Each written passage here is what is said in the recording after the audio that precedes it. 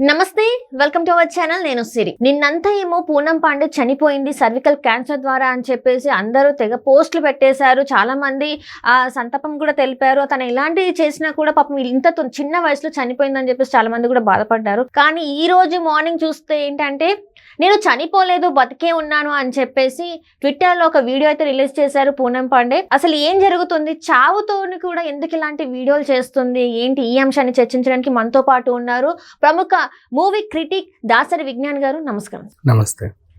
నిన్నటి వరకు అందరూ ఏంటంటే అయ్యో పాపం అంటే చాలా చిన్న ఏజ్లోనే చనిపోయింది అని చెప్పేసి బాధపడ్డారు పూనం పాండే గురించి, సర్వికల్ క్యాన్సర్ బారిన పడి చనిపోయిందని చెప్పేసి. తీరా చూస్తే తెల్లారి హాయ్ అండి నేను బతికే ఉన్నాను, ఇంకా చనిపోలేదు, జస్ట్ ఇది ఒక అవేర్నెస్ కోసం అని చెప్పేసి మాట్లాడుతుంది. ఇది ఎంతవరకు కరెక్ట్ అంటారు? యాక్చువల్గా సోషల్ మీడియా వచ్చిన తర్వాత ఏం చేస్తే జనాలకి ఈజీగా ఒక సమాచారం రీచ్ అవుతుంది అనే ఆలోచనలో చాలామంది చాలా రకాల ప్లాన్స్ ఇంప్లిమెంట్ చేస్తూ ఉంటారు. కొంతమంది ప్రాంక్ చేస్తారు. అవి కూడా ఈ మధ్యకాలంలో జబర్దస్త్ దాంట్లో అక్కడ దాంట్లో మనం చూసిన తర్వాత ఏమందిలే అనిపిస్తుంది. రియాలిటీ షోలలో కూడా ప్రాంకులు అని తెలిసిపోతుంది. అండ్ మోస్ట్లీ ఇప్పుడు నిజంగా ఎవరైనా ఇద్దరు కొట్లాడుకున్నా సరే నిజంగా కొట్లాడుకుంటారా లేకపోతే ఏమన్నా అవుతుందా అనే ఒక కోణంలోకి వెళ్ళిపోయారు జనాలు. సో ఇప్పుడు ఈ క్రమంలో ఈ అమ్మాయి పూనం పాండే యాక్చువల్గా చెప్పాలి అంటే ఈ 32 ఏళ్ళ తన లైఫ్లో గత 10 ఏళ్ళుగా తను ఉన్నటువంటి ఇండస్ట్రీలో ఫస్ట్ టైం ఒక మంచి పని చేసింది. ఎక్సలెంట్ పని చేసింది. అంటే కొత్తగా ఆలోచించింది. నిజం చెప్తున్నా, ఇవాళ రేపు రోడ్డు మీద పోతుంటే ఒకప్పుడు భోజనశాలలన్నీ కూడా ఆ అమ్మ భోజనం, ఆ మెస్, ఈ మెస్, వంటిల్లు, ఇంకేదో ఇల్లు అని ఉండేవి. ఇప్పుడు పిచ్చెక్కిస్తా, ఎరగదీస్తా, కరగదీస్తా రావట్లా, అవునా? రైట్. ఒకప్పుడు సినిమాలన్నీ ఉమ్మడి కుటుంబం, అన్న చెల్లెళ్ళు, అక్క తమ్ముళ్ళు, ఇంకేవేవేవో సంసారమో చదురంగం అని వచ్చేవి. ఇప్పుడు పోకిరి, కిరికిరి, కిక్కిరి, తిక్కిరి, టక్కరి అన్ని టైటిల్సే కదా, కాదా చెప్పు. అంటే కాలం మారుతుంది. ప్రజెంట్ చెప్పాలంటే ఇంకా చెప్పాలి అంటే సోషల్ మీడియా వేదిక ఛాలెంజ్ చేస్తున్నారు. ఫస్ట్ ఒక కికీ ఛాలెంజ్ వచ్చింది, కార్లో అట్లా దిగి అలా నడుచుకుని డ్యాన్స్ వేసి మళ్ళీ కార్ ఎక్కడం. ఆ తర్వాత ఇంకో ఛాలెంజ్, ఈ ఛాలెంజ్ వాళ్ళకి ఇస్తడం, ఆ ఛాలెంజ్ వీళ్ళకి ఇస్తడం. వీడు మొక్కలు నాటి ఆమెను ట్యాగ్ చేయడం, ఆ మళ్ళీ మొక్కలు నాటి ఇంకోని ట్యాగ్ చేయడం. ఇకపోతే తర్వాత మళ్ళీ మనకి స్టాలిన్ సినిమా వచ్చింది. ఓ 3 మంచి పనులు చేసి ముగ్గురు చెప్పండి. అది చెప్పినోడు లేదు, చేసినోడు లేడు. ఆ సినిమాని చూసి మాత్రం అరే భలే ఉంది అనుకున్నారు, అంతే. జనాలు అట్లా తయారయ్యారు. సో ఇప్పుడు ప్రజెంట్ జనరేషన్కి గన్ షాట్కి ఏదైనా తగలాలంటే షాక్ ఇవ్వాల్సిందే. ఒకసారి జల్ అని ఒళ్ళు జల్ అనిపించింది అనుకో, అటెన్షన్ ఇస్తారు. అటెన్షన్ అంటే టు గ్రాబ్ ద అటెన్షన్ ఏం చేస్తే బాగుంటుంది. పూనం పాండే అనే నేను సర్వైకల్ క్యాన్సర్ నుంచి పోరాడుతున్నాను, ఇదిగోండి ఈ జెండా, ఈ ఫ్లాగ్, నేను అక్కడ ఈ హుస్సేన్ సాగర్ చుట్టూ నడవాలనుకుంటున్నాను, పింక్ వాక్ అని చేయాలనుకుంటున్నాను అంటే ఎవడన్నా వస్తాడా? ఎవడు పట్టించుకోడు. మహిళా సంఘాలు కూడా పట్టించుకుంటావు. ఇంకా చెప్పాలంటే ఆ గైనకాలజిస్టులు కూడా రారు ముందుకి, మహిళలకు సంబంధించి ఆ ఆంకాలజిస్టులు కూడా రారు. కానీ సంథింగ్ ఏదో చెయ్యాలి. ఈమెకు అనిపించింది సమాజ సేవ చేయాలని, ఇన్నేళ్ళకి అనిపించింది. సరే ఒకప్పుడు పూనం పాండే, ఇప్పుడు మనకి సన్నీ లియోన్ ఎలాగో తర్వాత కాలంలో పూనం పాండే కూడా అంతే, ఓకేనా. శృంగారభరితమైన సినిమాలు చేసింది, తర్వాత కాంట్రవర్సీలో ఎక్కువ ఫేమస్ అయ్యింది. నోటికి ఏదొస్తుంది మాట్లాడుతుంది, ఎవరిని ఏర్పడుతుంది అంటది అని చెప్పేసి చాలా మనకు వచ్చినటువంటి న్యూస్. అయినప్పటికీ ఈమెలో ఉన్న తపన ఏంటంటే నాకు నేను ప్రత్యేకంగా ఉండాలి. ఎప్పుడు కూడా ఆ ప్రత్యేకం ఎలా ఉండాలంటే, ఇంతకుముందు బట్లీ పన్నీ చూపించినప్పుడు జనాలు నన్ను ఒక ఐటమ్ గర్ల్గా చూశారు, ఇంకేదో ఆడదానిలా చూశారు. నేను నా కోసం చేసుకున్నా, కానీ నేనేంటనేది వాళ్ళకి అనవసరం. కానీ నా మనసు ఏంటిదో నేను 10 మందికి చెప్పాలనుకుంటున్నా. నన్ను కొంతమంది గౌరవిస్తే బాగుండు అనుకుంటున్నా. గౌరవించాలంటే ఏదో ఒకటి చేయాలి.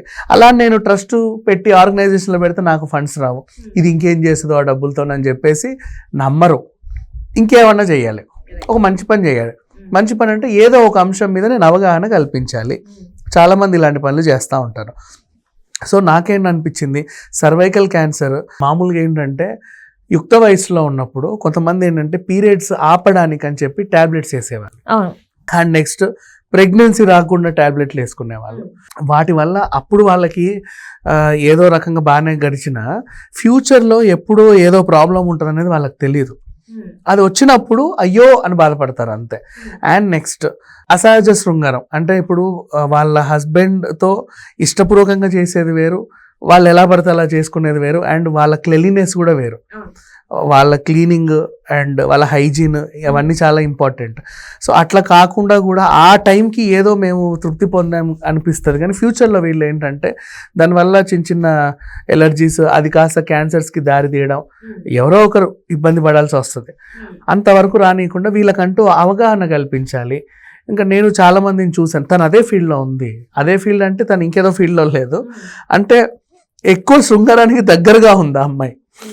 సో అసహజ శృంగారం అండ్ అన్హైజీనిక్ శృంగారం ఇట్లాంటి వాటి వల్ల జరిగే పరిణామాలు ఎలా ఉంటాయో జనాలకి చెప్పాలి. దీనివల్ల చాలా ప్రమాదాలు వస్తాయి. చాలామందిని చూసింది తన ఫ్రెండ్ సర్కిల్లోనూ కూడా కొంతమంది తను ప్రాస్టిట్యూట్స్తోనూ హిజ్రాలతో కూడా చాలా దగ్గర సంబంధాలు ఉన్నాయి అమ్మాయికి. సో అట్లాంటి వాళ్ళని చూసి చాలామంది అలా దాని బారిన పడి చనిపోయే వాళ్ళని చూసింది. వీళ్ళకి ఏదో చెయ్యాలి చెప్పాలి అంటే నువ్వు పెద్ద ఇదని నువ్వు మాకు చెప్పొచ్చావా అనే రేంజ్కి వస్తారు. అట్లా కాకుండా వాళ్ళంతటా వాళ్ళకే అవగాహన కలగాలి. పోనీలే దానికి మూల కారణం నేనైనా, నన్ను గుర్తించినా చాలు, గుర్తించకపోయినా చాలు, వాళ్ళంతటా వాళ్ళే అవగాహన పెంచుకోవాలంటే ఏం చేయాలి? నేను నీతి చెప్తే వినే స్టేజ్లో బయట జనాలు లేరు. సో అప్పుడు ఏం చేయాలి? ఓ పని చేద్దాం, నేను చచ్చాను, ఎందుకు చచ్చానంటే పలానా కారణం చేత పోస్ట్ ఏంటో చూద్దాం. అందరు కూడా ఎతికారు చాలామంది. ఇప్పుడు 100 మంది అయ్యో పాపం అంటే ఇంకో 100 మంది అసలు ఏంటి ఈ సర్వైకల్ క్యాన్సర్ అని వెతికే వాళ్ళు ఉంటారు. చాలా మంది అందులో నేను కూడా ఒక దాన్ని అనుకోవాలి. అంటే ఏంటంటే చూసాను అంటే చాలా ఏంటంటే ఇంత చిన్న ఏజ్ లోనే క్యాన్సర్ రావడం, అంటే చిన్నపిల్లలు కూడా వస్తుంది. అసలు వాట్ ఈస్ సర్వైకల్ క్యాన్సర్ అంటే దాని పునాది ఎక్కడ పడుతుంది, ఎలా దానికి ట్రీట్మెంట్ ఎలా ఉంటుంది. సో నేను కూడా సెర్చ్ చేశాను ఆఫ్టర్ దట్, తన ఏదైతే అయిందో తర్వాత నేను కూడా చేశాను. ఇలా చాలా మంది అమ్మాయిలు ఉన్నారు, చాలా మంది ఇంకా హాస్పిటల్కి వెళ్ళాలి అని డిసైడ్ అయిన వాళ్ళు ఉన్నారు. సో చాలా అదే అవేర్నెస్ అయితే వచ్చింది ఈ ఒక. సో దీనిలో ఆ అమ్మాయి సక్సెస్ అయిందనే చెప్పుకోవాలి. అండ్ నెక్స్ట్ ఆమె ఎందుకు అలాంటి పని చేసింది, తన మీద తన్నే చంపుకొని అంటే, తను లైక్ మనసు చంపుకొని ముందుకు వచ్చి నీతులు చెప్పినా వినే పొజిషన్లో లేవు. సో తనకు తాను చంపుకొని వాళ్ళల్లో వాళ్ళకే అవగాహన కలిసేలా చేసింది. సో తను సక్సెస్ అయింది. అంటే ఇట్లాంటి ప్రాంక్స్ ఈ అమ్మాయికి ముందు నుంచి అలవాటు. Basically blessed with a baby bye అని పోస్ట్ పెట్టుద్ది. కంగ్రాచులేషన్స్ అంటే ఏప్రిల్ ఫూల్ అంటది. అదే లేదని అంటే సమ్ కైండ్ ఆఫ్ పీపుల్ అనమాట. సో ఆమె కోవకు చెంది ఆ రేంజ్లో ఎలా అయితే జనాలకి డైరెక్ట్గా చెబితే ఏదైతే రీచ్ అవ్వట్లేదో ప్రాంక్గానే చెప్దాం, వాళ్ళకి అర్థమవుతుంది. ఇప్పుడు ఆల్మోస్ట్ తను సక్సెస్ అయింది. అండ్ ఇప్పుడు పూనం పాండే బతికే ఉందంట, సర్వైవల్ క్యాన్సర్ గురించి అవగాహన కల్పించడానికి ఆమె పని చేసిందంట అని మాట్లాడుకుంటున్నారు కదా. ఎందుకు అది అవగాహన కల్పించడానికి తను తాను చంపుకోవాలనుకుంది? అసలు ఏంటది అవసరం అని కూడా చాలా మందికి తెలియదు. అసలు సర్వైకల్ క్యాన్సర్ అనేది ఎంత డేంజర్ అనేది చాలా మందికి తెలియదు. ఎంతమంది ప్రాణాలు కోల్పోతున్నారో తెలియదు. అంటే దానికి ఆల్రెడీ మన దగ్గర మెడిసిన్స్ ఉన్నా కూడా చాలా మంది తీసుకోవట్లేదు. సో ఈ రకంగా ఇండియాలో ఇలాంటి చావులు ఉండొద్దు, ఆడవాళ్ళకి ఇలాంటిది ఉండొద్దు అని చెప్పేసి తను ఒక ఆలోచించి ఇలాంటి తీసుకున్న దానికి మాత్రం హ్యాట్స్ ఆఫ్ చెప్పాలి. నెక్స్ట్ రీజన్ కూడా పాపం ఆ వ్యాధి బారిన పడే వాళ్ళకి సంబంధం లేకుండా వాళ్ళకి తెలియకుండా వస్తుంది అది.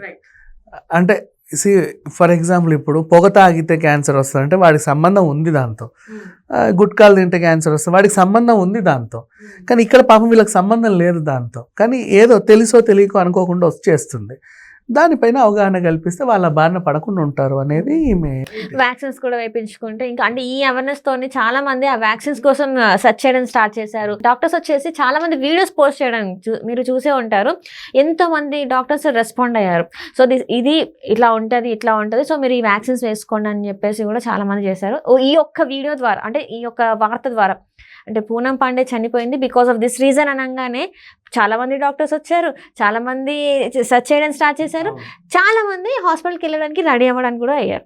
సో ఇది ఒక మంచిది అనుకోవాలా లేకపోతే మంచి పరిణామమే, అంటే వినూత్న ప్రయోగం అనుకోవాలి. అంతేగాని ఏంటి నన్ను ఫూల్ చేసావు, నేను నమ్మాను అది అంటే నీ కర్మ, లైట్ తీసుకో, వదిలేయి. నువ్వు నమ్మినంత మాత్రం నమ్మకపోయినంత మాత్రం వచ్చేదేం లేదు. నిజంగా అమ్మాయి చనిపోతే నీ సానుభూతి వల్ల కూడా అక్కడ ఒరిగేదేమీ లేదు. కానీ ఆమె చేసిన పని వల్ల 10 మందికి అయితే ఉపయోగం. అంటే ఇక్కడ ఏంటంటే ఏజ్ గ్రూప్స్ ఉన్నాయన్నమాట. ఈ వ్యాక్సిన్స్ వేయడానికి ఏజ్ గ్రూప్స్ ఉన్నాయి. సో ఇది క్లియర్గా తెలిసింది అందరికీ, ఏ ఏజ్ గ్రూప్లో ఎలాంటి వ్యాక్సిన్ అంటే అది వేసుకోవాలి, అది ఎలా పనిచేస్తుంది అనేది కూడా చాలా క్లియర్గా చాలా మంది డాక్టర్స్ చెప్పడం జరిగింది. 12 years నుంచి అలా వ్యాక్సిన్ వేసుకుంటే ఎలా ఉంటుంది, ఆఫ్టర్ 20 తర్వాత వేసుకుంటే ఎలా ఉంటుంది, 30s తర్వాత వేసుకుంటే ఎలా ఉంటుంది అనేది క్లియర్ కట్గా డాక్టర్స్ అయితే ఎక్స్ప్లెయిన్ చేయడం జరిగింది. ఇది ఒక మంచి అంటే చాలా మంది డాక్టర్స్ వీడియోస్ చేసినా కూడా ఎవరు చూడరు, కానీ దీని ద్వారా చాలా మంది చూసారు. అవును. అండ్ యూట్యూబ్లో ఇంత ముందు కూడా సర్వైకల్ క్యాన్సర్ గురించి కొన్ని కోట్ల వీడియోలు ఉన్నాయి, కానీ ఇప్పుడు చూసారు అవన్నిటికి. అది రైట్ రైట్. అంటే ఇప్పుడు పూనం పాండే చేసిన ఒక ట్రెండింగ్ 1లో ఉంది, ట్రెండింగ్ 1లో ట్విట్టర్లో ట్రెండింగ్ 1లో ఉంది. అండ్ ఇది వచ్చేసి చాలా మంచి ప్రాంక్ అయినా కూడా చాలా మందిలో ఏంటంటే వాళ్ళకున్న డౌట్స్ని తట్టి లేపింది అనుకోవాలి. చాలా మంది అయితే హ్యాపీగానే ఉన్నారు, అండ్ కొంతమంది మాత్రం గుర్రం అంటున్నారు ఆమె మీద. సో ఇదైతే మాత్రం మంచి కోసమే అనుకోవాలి. So thank you so much మీరు మా స్టూడియోకి వచ్చినందుకు, అండ్ చాలా చక్కగా వివరించారు దీని గురించి. Thank you so much. Thank you.